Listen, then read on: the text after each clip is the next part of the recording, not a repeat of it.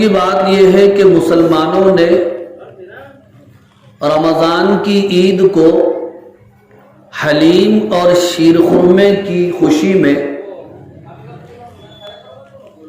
بھلا دیا کہ اس کی حقیقت کیا ہے،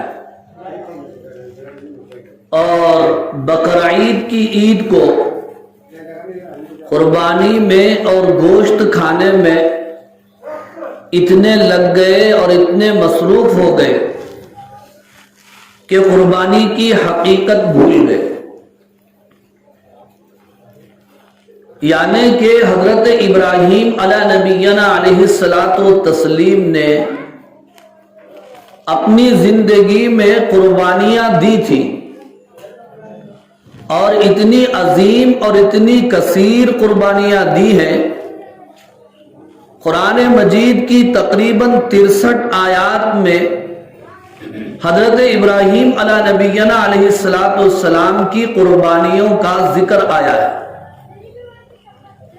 اس وقت چونکہ زیادہ ٹائم نہیں ہے کہ حضرت ابراہیم علیہ الصلاۃ والسلام کی سیرت کو تفصیل کے ساتھ بیان کیا جا سکے، لیکن میں تمام مسلمانوں سے، بزرگوں سے اور خاص طور پر نوجوانوں سے یہ گزارش کروں گا کہ جہاں ہم دنیا کے لیے، اپنے کاروبار کے لیے، تجارت کے لیے، کھیل کود کے لیے، گپ شپ کے لیے اپنا وقت نکال رہے ہیں، وہیں پر نبیوں کی سیرت کو، نبیوں کی زندگی کو پڑھنے کے لیے کچھ وقت نکالو، نبیوں کی زندگیوں کو پڑھو، نبیوں کی سیرت کو پڑھو، ان کی دعوت کو پڑھو، ان کے ایمان کو پڑھو، ان کے یقین کو پڑھو،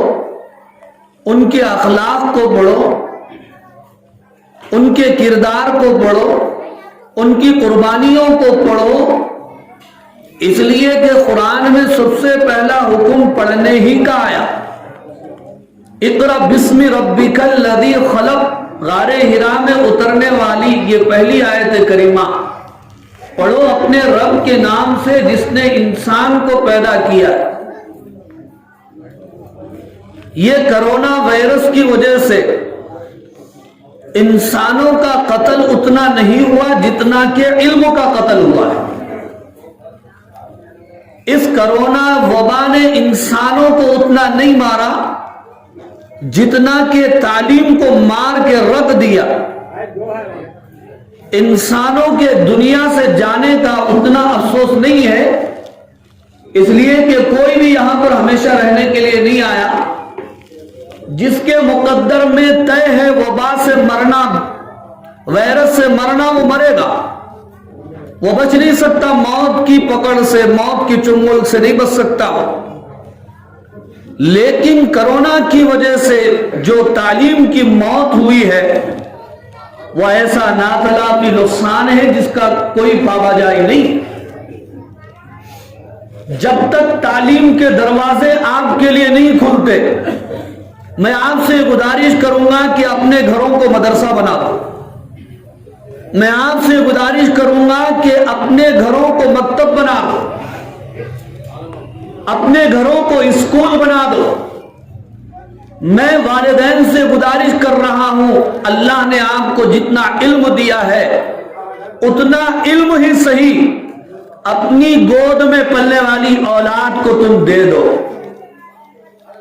اس لیے کہ کل یا پرسوں ایک محفل میں میری زبان ہی سے، اس عاجز کی زبان سے جملہ نکلا کہ علم نہ ہو تو پھر چوپائے اور دو پائے میں کوئی فرق نہیں رہتا۔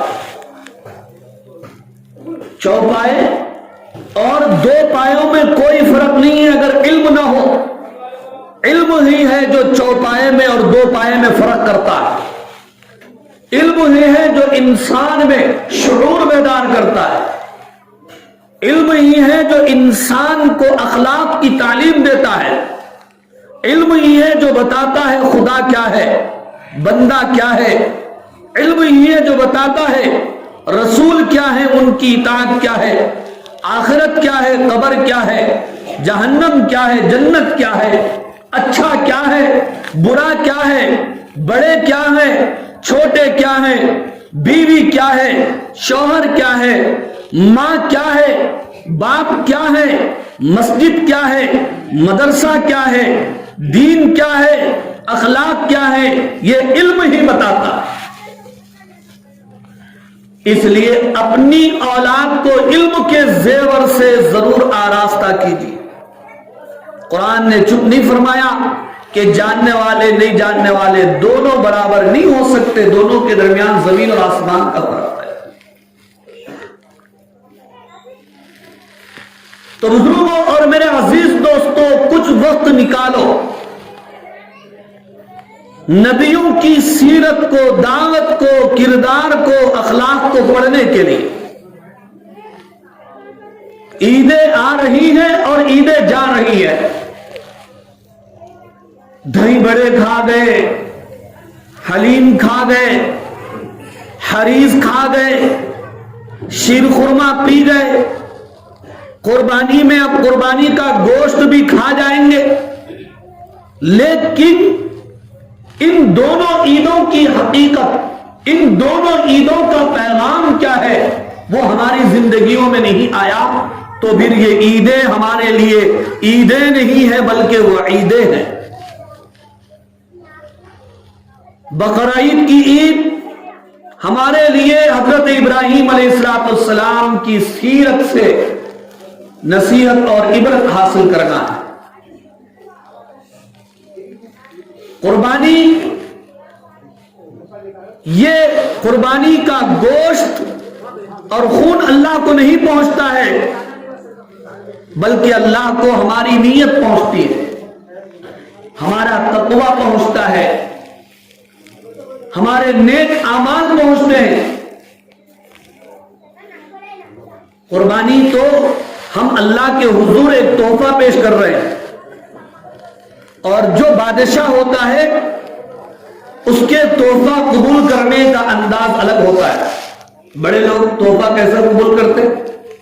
کوئی غریب ان کے پاس تحفہ لے گیا کسی بادشاہ کے پاس، تو اس کے اوپر ہاتھ رکھ کے چھوڑ دیتے، میں قبول کر لیا، ٹھیک ہے، استعمال تو آپ کو کرنا ہے۔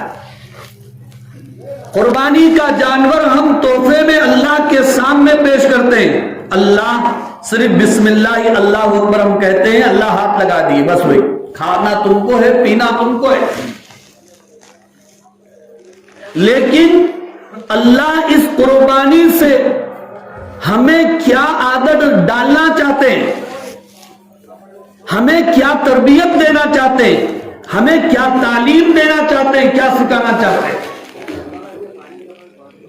اس قربانی سے اللہ ہمیں یہ تعلیم دینا چاہتے ہیں، یہ تربیت دینا چاہتے ہیں کہ دیکھو، ہم نے اپنے خلیل کو حضرت ابراہیم علیہ السلام کو حکم دیا امتحان کے طور پر کہ تم اپنے رخت جگر کو میرے نام پر ذبح کر دو۔ تو حضرت ابراہیم علیہ نبینا علیہ السلام نے چوں چرا نہیں کیا۔ کیوں؟ کس لیے؟ پلٹ کر اللہ سے نہیں پوچھا۔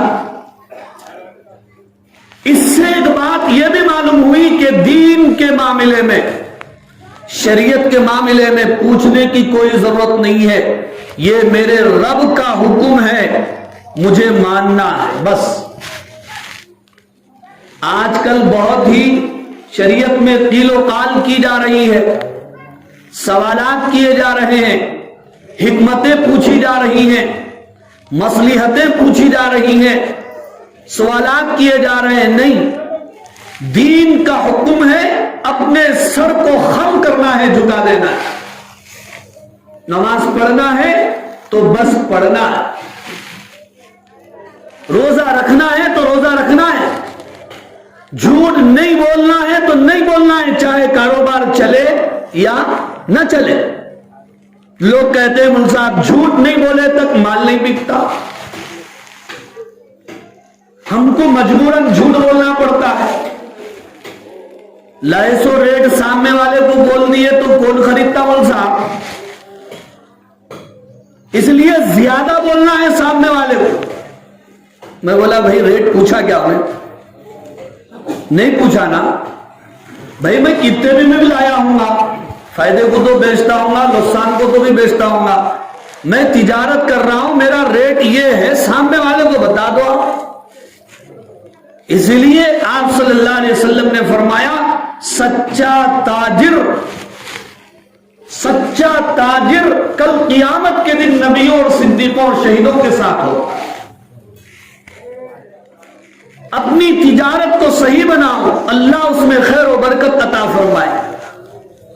جھوٹ بول کر، دھوکہ دے کر، خون پسینہ ایک کر کے، دولت جمع کر کے اپنی اولاد کو ہم کھلائیں گے، لیکن بزرگ اور عزیز دوستو جواب تو مجھے دینا ہے کل اللہ کے سامنے، اولاد کو نہیں۔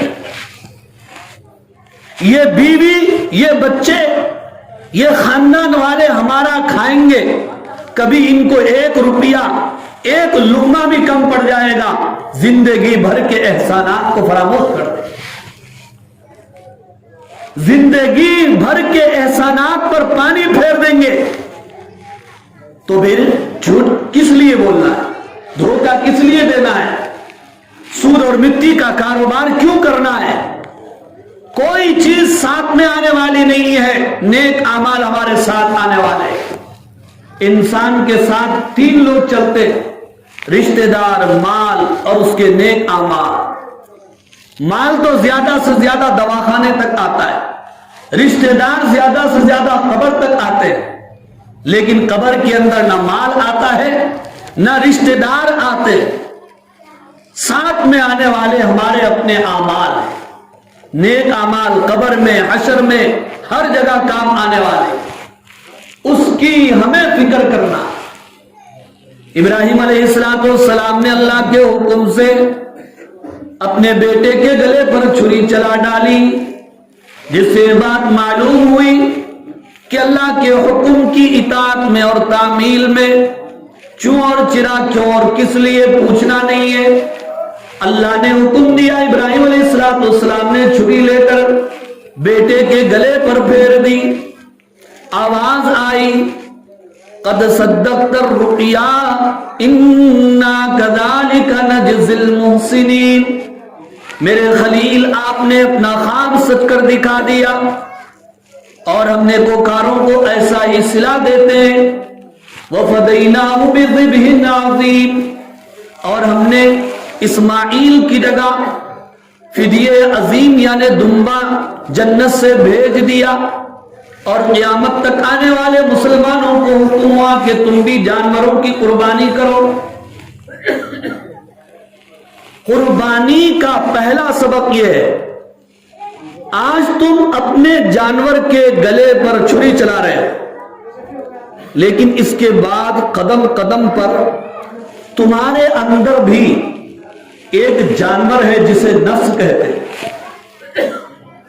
قدم قدم پر اس جانور کی تمہیں قربانی کرنا ہوگا۔ بیوی کی بد اخلاقی پر، کھانا پکانے میں آگے پیچھے ہونے پر اندر کا جانور نفس اٹھے گا، بے قابو ہو جائے گا، تمہیں اس کی قربانی کرنا ہوگا۔ پڑوسی کی شرارت پر تمہارے اندر کا نفس جو جانور ہے وہ تڑپے گا، بھاگے گا، دوڑے گا، بے قابو ہوگا، تمہیں اس جانور کی قربانی کرتے ہوئے پڑوسی کے ساتھ اچھا سلوک کرنا ہوگا۔ للجار حق، پڑوسی کا حق ہے۔ کیا حق ہے پڑوسی کا؟ پڑوسی کے ساتھ اچھا سلوک کرنا یہ پڑوسی کا حق ہے۔ اس کے آگے یہ بھی سن لیجئے، پڑوسی اگر ستائے تو اس کو برداشت کرنا بھی یہ پڑوسی کا حق ہے۔ نماز کا وقت ہوگا، مسجد سے حی علی الصلاۃ آؤ، نماز کے لیے آواز آئے گی، اندر کا جانور کہے گا نفس، تو دکان سے اٹھے گا، کاروبار کا نقصان ہوگا، گراہک نہیں ہو سکے گا،